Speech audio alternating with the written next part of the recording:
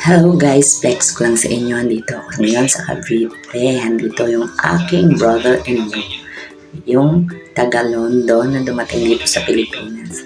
Ayan, tingnan nyo siya guys kung anong pinapanood niya. Pinapanood niya yung mga vlog ng mga Pilipino dito sa atin. Kasi dami siya sa mga places na pinupuntahan. Siyempre yung aking hobby, nakikipanood din siya. Ayan guys, i-flex ko lang siya sa inyo. Kaya naman ako kausapin. Kaya ayan, nakalikod na nga aking binidyo. Okay, maingay ha. Kasi hindi niya alam, binibidyohan ko siya. Ayan guys, kinabukasan, ito yung purpose ko talaga kung bakit ako nasa kaniyang bahay.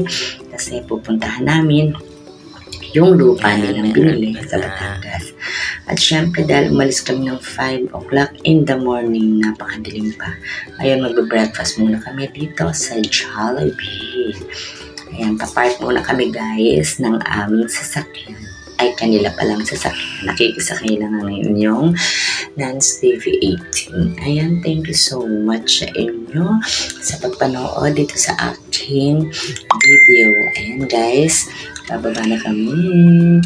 At soon, kakain na kami sa Jollibee. Ayan, diba? Walang kasawa-sawa. Jollibee talaga ang pinuntahan namin. Kasi breakfast pa naman. Ayan, ang aking brother, ang aking foreign brother-in-law, at ang aking hubby. Ayan ako, syempre, nakikibidyo-video lang, kaya hindi nyo ako nakikita. Ayan, kainan muna tayo, guys. Thank you, Lord, for the food. Ayan, guys, nandito na kami. Nandito na kami sa opisina. Magbabayaran kami dito, guys.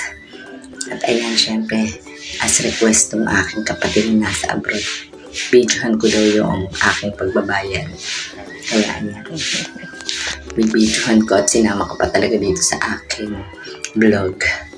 Ayan guys, full paid na yan actually. Ang aming binabayaran is for the land transfer.